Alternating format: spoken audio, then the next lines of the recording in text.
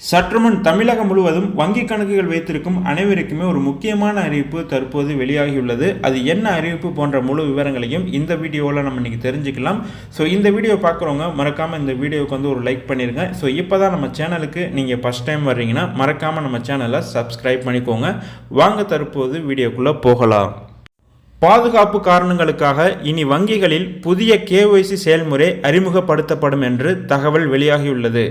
இந்த புதிய KYC செயல்முறைக்கான பணிகள் தீவிரமாக நடக்க உள்ளன. இந்த புதிய முயற்சி குறித்து இந்திய ரிசர்வ் வங்கி RBI மற்றும் அரசுடன் வங்கிகள் சார்பாக விவாதிக்கப்பட்டு வருகிறது. இந்த திட்டத்தில் ஏற்கனவே உள்ள அனைத்து கணக்குகளையும் புதுப்பித்தலும் அடங்கும். குறிப்பாக ஒரே தொலைபேசி எண் பல அல்லது கூட்டு கணக்குகளுடன் இணைக்கப்பட்டுள்ளது. இதற்காக புதிய KYC கேட்கப்படும் வாய்ப்புகள் உள்ளன. மேலும் ஏற்கனவே வங்கி கணக்கு உள்ளவர்களுக்கும் கூட KYC சோதனைகள் செய்யப்படும். அவர்களிடம் கூடுதல் விவரங்கள் கேட்கப்படும். ஏற்கனவே வங்கி கணக்குகளை தொடங்க ஆதார், பான் கார்டு, ஃபோன் எண்ணு, போட்டோ அவசியம். இந்த நிலையில் கூடுதல் KYCகளை வாங்க வங்கிகள் திட்டமிட்டுள்ளன. வங்கி கணக்குகள் மற்றும் கணக்கு வைத்திருப்பவர்களை அடையாளம் காண கூடுதல் சரிபார்ப்பு அடுக்குகளை சேர்ப்பதன் மூலம் வங்கிகள் தங்கள் KYC வாடிக்கையாளரை அறிந்து கொள்ளும் முறை தரநிலைகளை மேம்படுத்துவதில் கவனம் செலுத்துகின்றன.